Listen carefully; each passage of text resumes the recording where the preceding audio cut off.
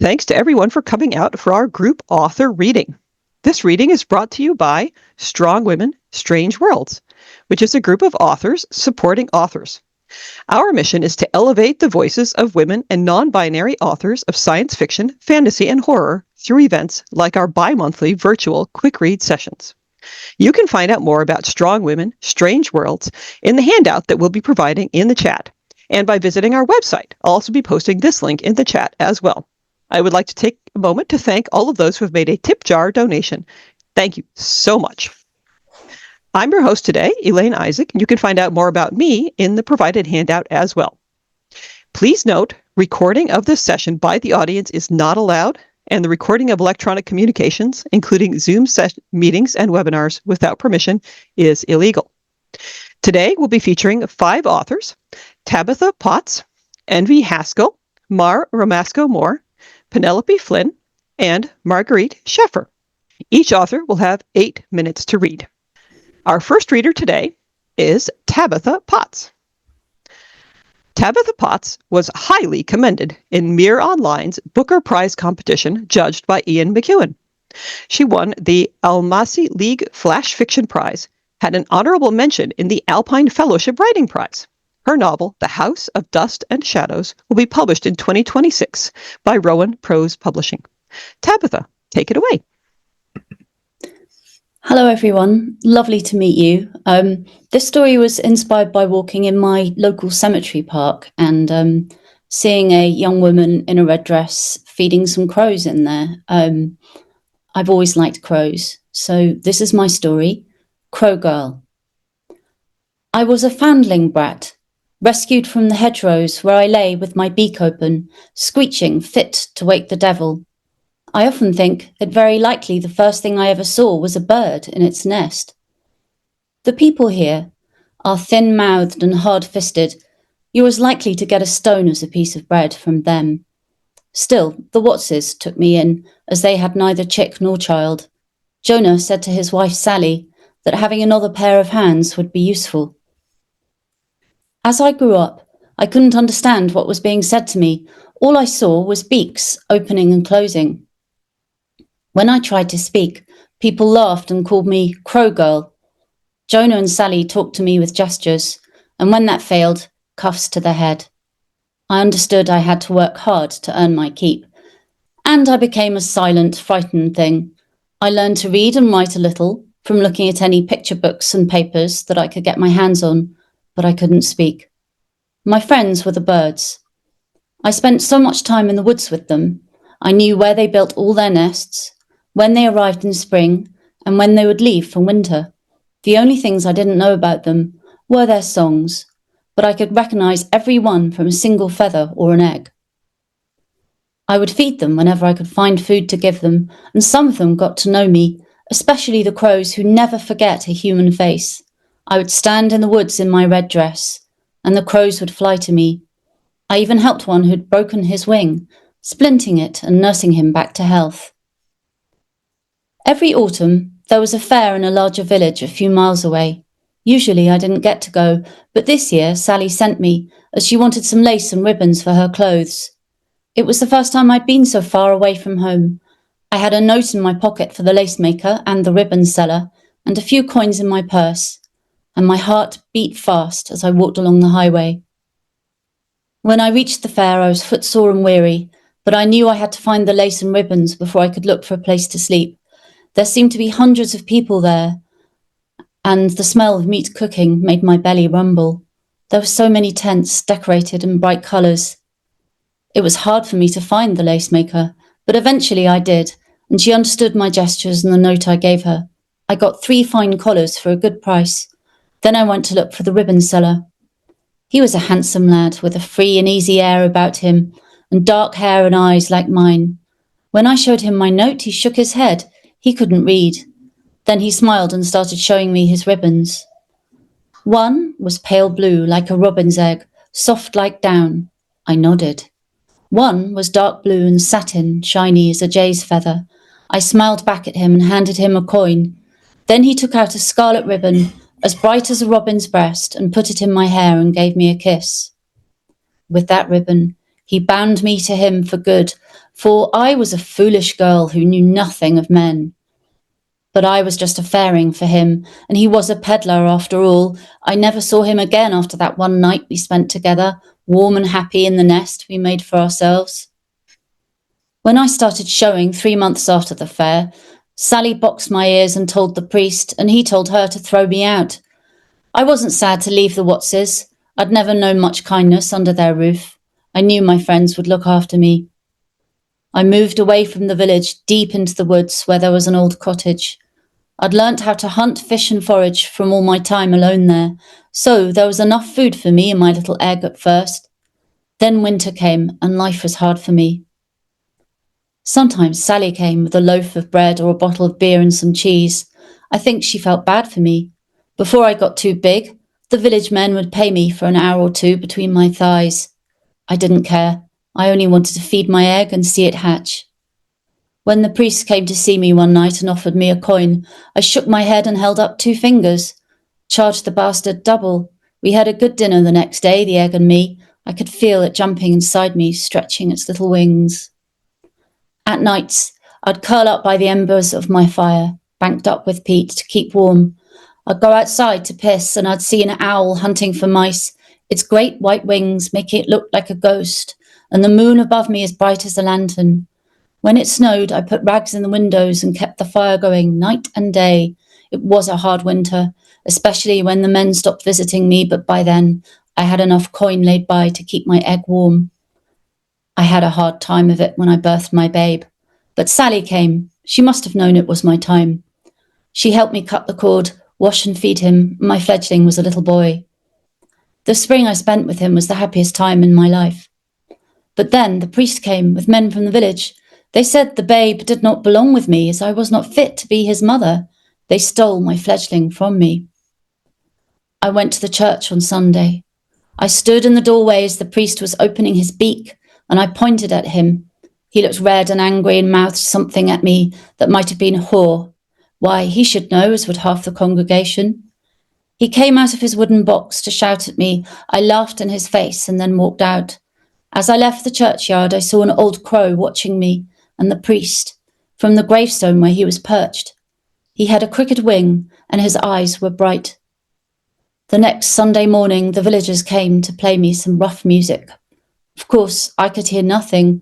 I only realised when I came out of doors to fetch water and saw them standing around the cottage, banging their pots and pans and holding a dead crow, wearing a red dress on a pole. But my friends, the crows, heard, and as I stood in my doorway, clad only in my shift, I saw one perch in the trees around my old cottage. He was joined by another, and soon the villagers began to slow down, falter, as 1,000 black eyes watched them silently. One of them turned tail and fled, and the rest followed him. The villagers went on to the church to give thanks for their summer harvest, even though they had done this unholy thing.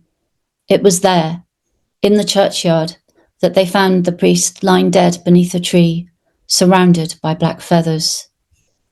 He had scratches covering his face and all over his body, and his eyes had been pecked clean out, so all that was left were bloody holes.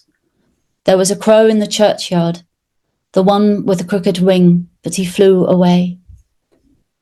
3 days later, when I woke up, I found my fledgling on the doorstep of my cottage, wrapped in a blanket. I never found out how they got him back, or who did it, although I like to think Sally helped. He grew strong and handsome, and we spoke together with a language we invented ourselves. As he grew older, he would visit the village, and eventually he learned to talk like the others do. He married and lives in the village now, but he visits me every few days with my grandchildren. The villagers call me Crow Girl, no longer, but Crow Lady, and come to me for spells and simples. Every day I feed my friends. I stand in the door of my cottage and throw crumbs out for them, and they watch me with their bright black eyes.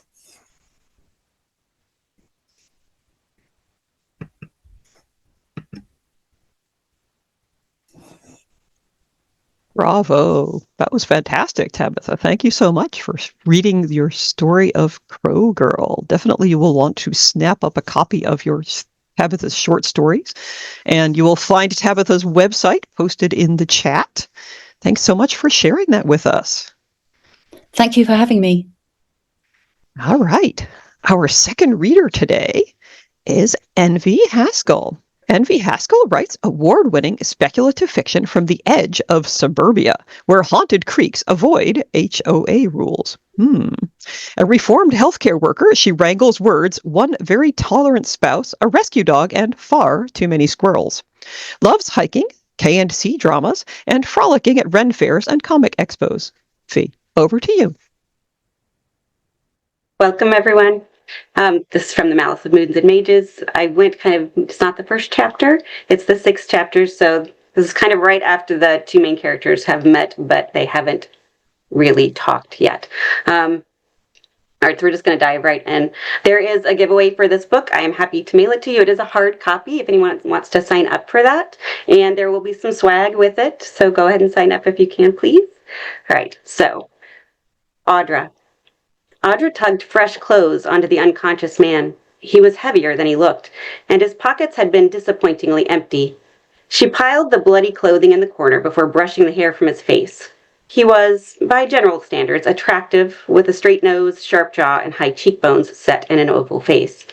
There was something familiar about him, though she swore she'd never seen him before, but even in his sleep, his expression was disagreeable. She'd already decided to hate him. From his moon robes to his finery, there was multiple strikes against him, and the length of his hair and the smoothness of skin must have come from years steeped in magic. It reminded her of her mother, difficult to tell their true age.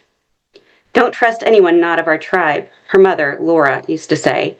"No matter if they're southern or northern, they'll want to control or destroy you eventually. We can only trust our own." As Chon predicted, the storm passed by mid-afternoon. Audra would have to bargain with him, offer a deal that wouldn't involve him putting anything anywhere. She was dozing against the wall when the door flew open, barely missing her shoulder. Toman's hulking figure filled the doorway. The combination of waning adrenaline and ensuing exhaustion from the storm the night before made his thick face uglier. His eyes raked over the sleeping man before settling hungrily on her. "Captain wants you in his office," said to bring the man's clothes. She wrapped the garments in her arms and stood. Toman braced himself in the narrow door frame, forcing her to duck beneath his arm and scrape against his side. He sniffed and chuckled in a way that made her skin crawl. "You smell good, boy. All I smell is rat." She intended it as an insult, but Toman only chuckled.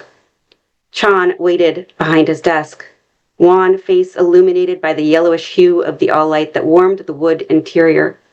She placed the clothing on the desk. "Has he said anything?" Chon flipped the shirt over and back, pretending to examine it. Any decent thief knew a test when it appeared. Every job was a test of skills, survival, and success, and this was no different. And Audra's instincts cautioned against mentioning the mage's wounds. "He's still sleeping." Chon frowned, continued to rifle through the man's garments. She buried the bloody bits inside the drier ones, and thankfully Chon chose to focus on the robe. He traced the inner lining, pausing on the top star, and refolded them without examining the others. "Anything in his pockets?" Audra shook her head. "Do you know who he is?" Again with the test. It was just terrible luck that she'd had a bit more experience with the Moon Tribe than anyone should ever want. But when Chon asked, only one answer would do: ignorance. "Should I?" He licked his teeth before giving a small shrug. "He's probably of no great importance." The test continued. "Those are the finest silks I've ever seen. He's a rich man somewhere." She paused, letting her words settle. "We can get a good ransom for him." He chuffed. "We?" "Me, my crew, yes. You?" He walked around the desk toward her. "How long did you think to deceive me?" Her hand hovered above her pocket where the dagger pressed against her thigh. Chon's expression was grim. "Little thief, what should I do with you?" "I haven't stolen anything from you," she lied. "Only because you've nowhere to hide it," he said, tilting his head. "I should have known when we found you. The guards had swept through the night before we disembarked, but they were searching for a young woman. The writ they served had a bad sketch, and I must admit it wasn't a very good likeness. Never give too much away. Better let people draw their own conclusion and manipulate their assumptions. Audra waited. Usually we only get rats on board. Didn't know we'd caught a mouse, too. Chon winked. Audra scowled. The mouse of the Western tribe. It wasn't a nickname she'd have chosen since it combined two seemingly powerless things. But after years of stealing everything from jewels to cattle, the moniker stuck, and it was pointless getting worked up about something already done. You're lucky those Callaway guards didn't figure out who you were. Pretty sure I saw a similar poster of you in Port Praya with a hefty reward on your head. He crossed his arms. A glimmer of respect brightened his eyes. What is the mouse stealing to warrant such attention? Her hand relaxed. Better to be a bounty than a target for other things. Nothing that made it onto the ship. Nothing of value to anyone like you. He frowned as she continued. I'm worth more alive. Maybe, but there's no telling what shape you might be in. Her fingers trailed to the dagger's hilt. She didn't like violence, but knew where a blade should go to silence someone while they died. Of course, then she'd have the rest of the crew to contend with. If you think I'll let you touch me, Chon scoffed, his expression full of genuine offense. You think I'd... He shook his head. I'm not that desperate, though some on board might think differently. What then, she asked. Could use a decent thief, he said. Agree to do a couple of jobs and I'll keep your secret. She crossed her arms. And after? You can go your merry way. You won't tell the crew that you're the Western Mouse, he asked. That I'm a woman, she said. He tapped his fingers on the desk, considering, probably best to lock you in with a stranger. Wealthy men aren't used to such tawdry conditions, are they? He'll need tending to. Chon could turn her in at Oxton or kill her. But his sort always needed illegal things done, and they hated risking their own. Plus, Chon didn't think she knew what the man was, and better for him, she was expendable. Fine, she said. I get the key. Come and go as I please that way. He smiled. Imagine that, a mouse who hates being trapped. Lua sat up, wincing at the protest of his sore back. The world spun and threatened to darken, but he closed his eyes and focused on his breath the way his mother had taught him. When he was a boy, he wiped the guilt from his eyes. No one deserved to suffer like she had. The bolt spewed soft smoke in the corner. Someone had dug it from his skin. Though its death brought a sense of satisfaction, the knowledge of whom its thread had returned to was concerning. He had to give his sister credit this time. It was clever magic. He'd never have created something so ruthless. But she'd always been more like their father than either of them would ever say aloud. She was a true Curie, whereas Lua had often been accused of taking after their mother. He squeezed his eyes, trying to remember what happened after the dragon's tail came down. It was a blur of storms and waves until he met a pair of furious brown eyes. The short-haired woman they belonged to had struck him repeatedly. He grimaced at the humiliating memory. What kind of audacities does it take to punch an injured man? An OG of the Moon Tribe, no less. But she'd touched him and lived. Then they'd been suspended in the air. Lightning dazzled. The moon smiled. His magic reached out and... Shit. It wasn't possible. There were time-honed rituals involving mutual consent. The bond had to be specifically woven for stability. It was the same in both tribes' monasteries. That was how anchoring worked. So no one could force the bond on another. This didn't feel right. She didn't feel right. She was weak, and despite the beating she'd given a semi-conscious man, probably useless in a fight. Her spirit was fatigued, a terrible anchor from every angle. He cursed again. This bond couldn't be broken anytime soon. He was depleted and too far from home. This woman would be useful for keeping him alive, and nothing more. Nothing I'll stop there. more. Wow, Envy, thank you for sharing some very tense moments there. Those are some intriguing characters. I think people would be excited to find out more and delve into your world and what's going to happen next. Thank you so much for reading. Thank you.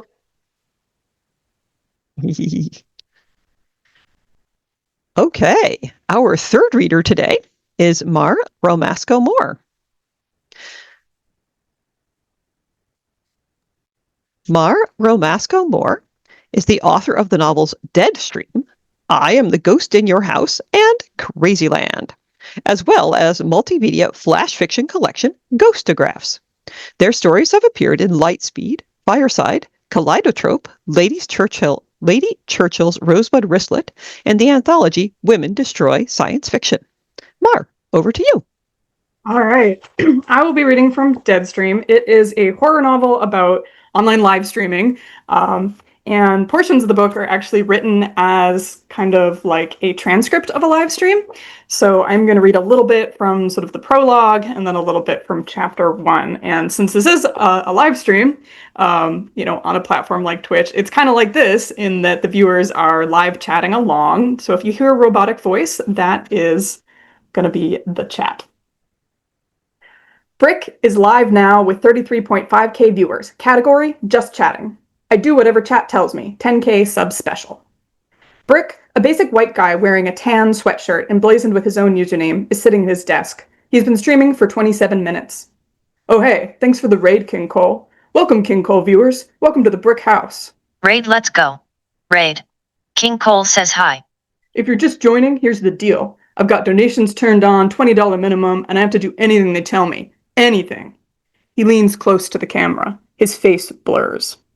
For a moment, the background of the room comes into focus. Behind him, a bookcase made of white cubes, each cube full of artfully arranged memorabilia. To the right, a cream-colored leather sofa with a stack of rust-red rectangular throw pillows. To the left, a door. Closed. I am your puppet, chat. I'm your puppet. Anything? Sounds dangerous. Though a bright light is focused on Brick's face, the rest of the room is dim, lit only by a large neon sign on the wall behind him, the looping glass tubes shaping the letters of Brick's username. He leans back, pulls the adjustable arm of his Shure M SM7B microphone with pop filter and cloud lifter closer to his face. Well, okay, almost anything. Nothing that violates terms of service, obviously, nothing that's going to cost more than like $100 in one go, unless you donate $100 and then shit, who knows, feel free to try it and find out. He grins, pushes an unruly hank of floppy brown hair out of his eyes. He's got a boyish energy, always moving in some way, even as he remains seated in his high-backed gaming chair. I'm broke, someone donate for me. I love you, Brick. All right, let's see what you monsters are going to make me do next. Mods, send the next one through. Text appears in the center of the screen. A robotic voice reads it out in a steady monotone. Baby NFKS has donated $25. Open the door.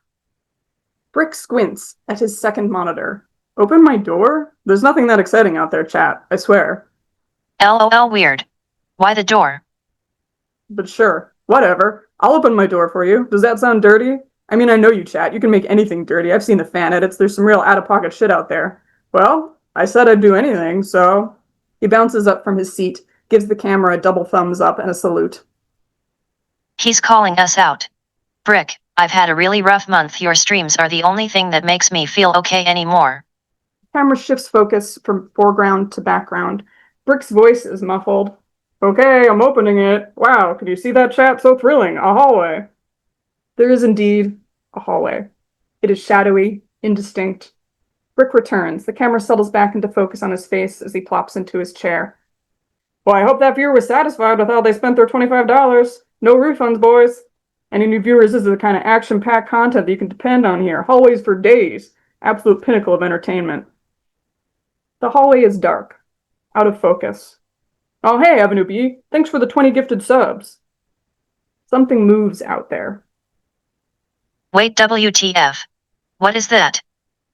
The thing in the hallway is indistinct, blurry. It's hard to say at first if it is moving toward us or away. OMG behind you. Brick, look behind you. No, it is moving closer. A shadow, the height of a person, the shape of a person. Okay, people are saying to look behind me. Brick looks. There's nothing out there. Stop fucking with me, chat. But we can see it. There in the doorway, the shape of a head, a neck, shoulders. It is too dark to make out a face. And then I'm gonna flip to chapter 1. Chapter 1. The internet is a graveyard, full of broken links, inactive forums, unloadable images, ghost traffic from automated processes, churning out useless data, the social media profiles of the dead. Teresa refreshes the page. She refreshes it again and again. In the upper left corner, the same picture of Bex as always. Wry smile, bangs askew, her hand a blur as she reaches up to brush them out of her eyes. At the top of the page, her full name, Rebecca Crenley. Beneath it, her last post. May 27th at 1:26 a.m. Ah, yes, the high-pitched squealing of the spinny plate in my broken microwave when I try to heat a mug of water, that shit is my jam. Such a silly post, and yet every word of it is burned in Teresa's memory now. She's read it at least once every day for the past year. Teresa refreshes. The page blinks away and then back, the same as before. Beck's smile, her last post, no hint of what was going to happen. On her worst days, Teresa just sits here, refreshing over and over, staring so hard at the picture of Bex she can almost imagine it is moving, almost imagine it is gazing back. Her therapist says this is an unhealthy coping mechanism, but Teresa can't bring herself to stop. She's addicted to that infinitesimal moment of hope each time the page reloads. Maybe this time it will be different. Maybe this time something will change. But it never does. It never will. Bex is gone. She isn't coming back. Teresa pushes back from her computer, rolls her desk chair over to the window. The oak tree in neighbor number 2's yard catches the glow of the evening sun, soaring branches painted with orange light. It's been almost 2 months now since Teresa last went outside. 4 months since she went any further than her own backyard. Across the alleyway, neighbor number 3 is letting out their dog. Squirrels zip along the power lines like an extra current. A V of geese knifes into view overhead. Teresa's phone dings. A notification. Brick has gone live. All right, and I'll stop there. There's a giveaway for a copy and some weird little stickers, so feel free to enter that. Thank you. Brick has gone live. Or not. Good stuff. Thank you so much, Mar. Our fourth reader today is Penelope Flynn. Penelope Flynn is an author and illustrator of author-targeted speculative fiction and a podcast moderator. Penelope, welcome. Thank you. As noted, I'm Penelope Flynn. I'm an author, illustrator, and podcast host. And today I'll be reading a segment from the Chronicles of Renfields regarding Koyescu, which weaves fantasy, thrills, horror, interdimensional travel, erotic romance, humor, and elements of science fiction, which, among other things, explains existence of paranormal entities in our world. Revenants are what we commonly refer to as vampires, and Renfields are the vampire-human hybrids that manage their personal, business, and financial affairs. In this segment, we discover why Koyescu, an esteemed Revenant elder, might be convinced to gamble his hard-earned status for a sip from the fountain of youth. Koyescu rose slowly, wincing as needles of pain shot from his heels to the base of his skull. He pulled on an appropriate receiving gown, then gradually made his way down the stairway of the manor house, the jewel in the crown of his 80-acre estate. Even with the stairway's thick pile carpeting cushioning every step, he breathed in and blew out a groan. His entire body ached from advanced age and having far too few resistances to negative environmental factors. His pale skin was sensitive and nearly paper-thin. His dry lips curled just enough to reveal the blunted fleams and fangs that could no longer menace, much less break skin or draw blood. Koyescu was thankful, relieved actually, that his guest for the evening, the Renfield prefect, had a distaste for paradox and blood that would discharge him with the duty to provide cattle for the duration of the visit.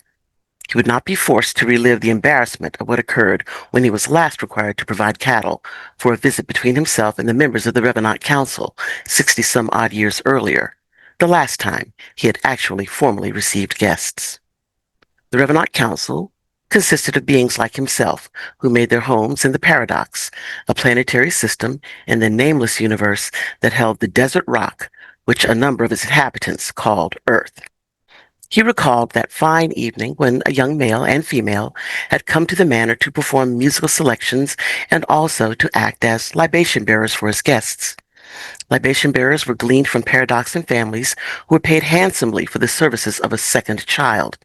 The designated child was cultivated in the arts and sciences, and their dietary regimens were closely monitored to refine the blood to make it palatable. The Paradoxon family, no matter the number of additional children or livestock, was maintained by the Revenant coffers until the child matured and reached adulthood, when they could be called upon to appear at a Revenant function, to provide entertainment, and to be the source of libations. In Koyescu's case, his guests had enjoyed an elegant evening of academic and philosophical discussions, and the entertainment provided by the young Paradoxon guests was stellar. Then came the moment to vent the Paradoxons. Venting was a process not unlike decanting a bottle of wine.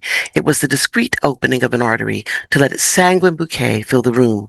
A Revenant would be able to tell immediately if the chosen individual had kept the proper diet, had any diseases or possessed infirmities that would preclude an enjoyable imbibing. As the host, Koyescu was charged with making the first strike to bake the skin. He sat upon the neck of the youth, who had been trained in the proper position to stand in order to provide the best and most convenient access to the carotid artery. Koyescu administered the strike, then drew back to take in the first drop of the youth's essence, to vent the blood into the air so that the guests would experience his bouquet. But as he breathed in, taking the first full draft of the youth, there was nothing, no essence at all. He ran his tongue over the youth's skin and felt for a piercing. There was none. Nonplussed, he detached, then quickly examined the site of the strike to find small, deep depressions, but otherwise the skin had not been broken. He apologized to the guests, saying, "Please forgive me, my ineptitude. It has been far too many decades since I have entertained." A moment to reposition. Koyescu recalled that he repositioned, then resumed the ceremony, striking the spot. Again, there was no scent or essence of the draft he took. Without further exchange with his guests, he again struck, twice, 3 times, 4. By the time he had made the 8th strike, the guests were grimacing and the youth was flinching merely from his touch. Maybe, his downstairs butler called out to him, "This fine youth is a bit too strapping. His skin may not be quite suitable for the libation ceremony." Yes, of course, the guests all echoed the butler. But Koyescu caught the sidelong glances and snickers of more than a few of them, many of whom had been his colleagues. He straightened his posture, then walked directly toward the young woman, saying, "Surely this delicate creature will be more appropriate to the occasion." He tried to ignore the expression of horror on the young woman's face as she glanced back and forth between Koyescu and her traveling companion, whose neck was swollen and almost entirely mottled black and blue from Koyescu's futile attempts to latch on. "My dear, I assure you this will only take a moment," he said as he positioned himself in front of the young woman before he made the strike. The young woman's skin was smooth and soft, and the positioning was perfect. However, when he drew back on her to take the first draft, again there was nothing. Koyescu was shattered. He knew the word that settled in the minds and hung on the lips of everyone in the room: impotence. What Revenant could fail to even break the skin of a Paradoxon youth? In his day, even horsehide would not have been safe from his razor-sharp fleams and fangs. But there he stood, with the delicate young woman whose petal-soft skin deftly repelled his blunted fleams. He was mortified, and being too ashamed to reposition. Instead, he ground his fleams down hard on the young woman's neck, desperately attempting to break the skin. He had no idea how long he had struggled, how long he had tugged and ground down on the spot to no avail. It was only his butler's firm grip on his shoulder that made him relent and take a breath. The young woman, despite her agony, had been trained well and did not cry out, but her face clearly showed her distress and the desire to flee. His Renfield butler examined the young woman's neck and said brightly, "Oh yes, you have broken the skin, right here." The guests all concurred at that moment that they experienced the scent of the vented blood. Koyescu took a deep breath and smiled feebly as the guests lined up to greet the young woman, giving kisses to her cheeks, then entering the strike points with their own fleams and partaking of her blood. Koyescu stood to the side, conducting his guests to the libation bearer, as aware as they all were that the strike had been made by his Renfield butler, but no one was coarse enough to say so. He was not surprised, however, that during the dinner, a few of his colleagues related anecdotes about some friend who had suffered from impotency and the different treatments available to address the condition, which seemed to affect Abesian-born Revenants like himself. in high percentages. Thank you. That was a segment from Regarding Koyescu, which you can find on my website, penelopeflynn.com, or at Amazon or Barnes & Noble. And watch for the second edition of the first book of Ramona coming in early fall as a lead into the launch of the second book of Ramona in late fall. Sign up for my giveaways and hope to see you all again as launch day approaches. Thank you so much, Penelope, for inviting us into your wicked little world. It sounds like the start of quite an unusual adventure for these kinds of creatures, not the sort of thing one ordinarily expects. Great Yes, thank reading. Okay. Our final reader today is Marguerite Sheffer. Marguerite Sheffer's The Man in the Banana Trees won the Iowa Short Fiction Award and was named a Best Debut Book of 2024 by Debutiful, Electric Literature, and PEN America. At Tulane University, she teaches speculative fiction for social change. Marguerite, over to you. Thank you so much, everyone, for being here. I'm going to read a flash fiction story that's in The Man in the Banana Trees, my debut collection, and can also be found online at The Cosmic Background. This is called How We Became Forest Creatures. I followed just behind my sister Ada, near the back of our herd, single file, holding tight to the piss yellow ribbon. My hooves dug softly into the undergrowth. Ada carried her 4 young on her back.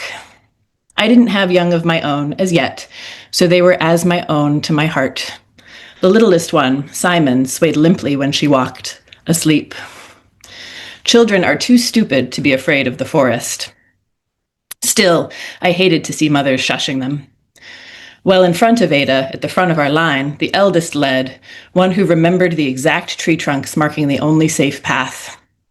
The rest of us held fast to the piss-yellow ribbon and followed. We were far from our proper home. Most days we grazed the plain, the green sweet tips of swaying grasses under hoof, tickling our snouts, the green scent baking off heady in the hazy air. By the end of each season, we had bared the plain and must make our way to the next plain and let the previous reseed and grow wild in our absence. It is a rhythm, us and the green plains and the dark forest between. The forest should terrify us. In the forest, we are hunted. The forest has the sweetest food of all, nectarous hanging fruits and sour pulpy fruits, and there the ungrazed grasses grow to be as tall as our heads. But we never harvest there, because in those grasses and in the shadows of the trees are ferocious beasts that seek to eat us without contest or care. They came out to watch us parade, looming on the edges. On one side, the chompers. Their heads were big and swiggy, their grabbers out and their big carved teeth. They drooled and growled. On the other side were the snatchers, who looked out from the trees with empty teacup eyes, thirsty, then hid again. They snickered and lurked. The chompers and the snatchers have reading and writing. I admit their poems are beautiful. Many concern our deliciousness or the glory of the hunt. In the forest, they menaced on both sides, but they dared not cross the line which our piss-yellow ribbon was meant to recall. Our eldest said the chompers and the snatchers used to be one species in the days before language. They could still smell the territory line. We could not, so the ribbon to mark their ancient division, a line of truce, of stalemate, of cross here and all hell will break loose. They gave it a birth. That gave us a lane. We were near the start of our 2-day journey of walking along the ribbon line without cease. The forest was densely dragging itself down, vines and mosses dragging trees down into brush, the earth dragging down fallen logs. The chompers jeered at us. A lurker threw a pulpy fruit, and it glanced off the flank of Jut, but she did not stop walking. Simon grew antsy, pawing and swiping on Ada's back, so I lifted him off and set him next to me to walk on his own. I pawed him some dried hay from my pack, still walking. We could not pause to rest. A simple thing, maybe my fault, set everything off. Simon, who I had only just put down, matched eyes with a snatcher in the trees.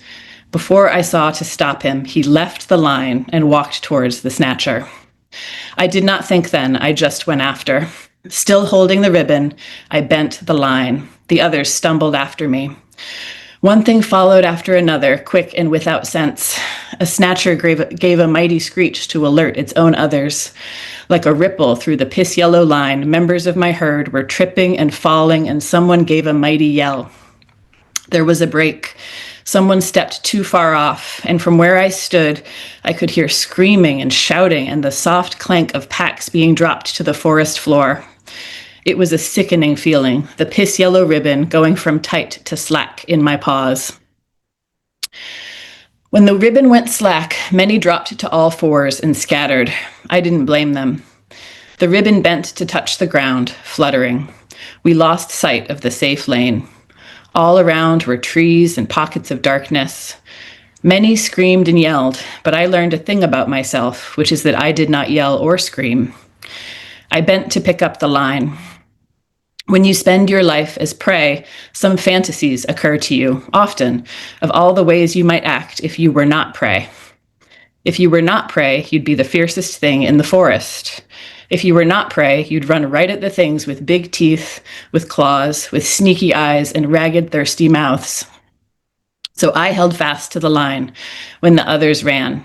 I did not blame them, and I yanked the line out of the hands of those others who stood there, dumbly holding a limp line, a tradition already dead.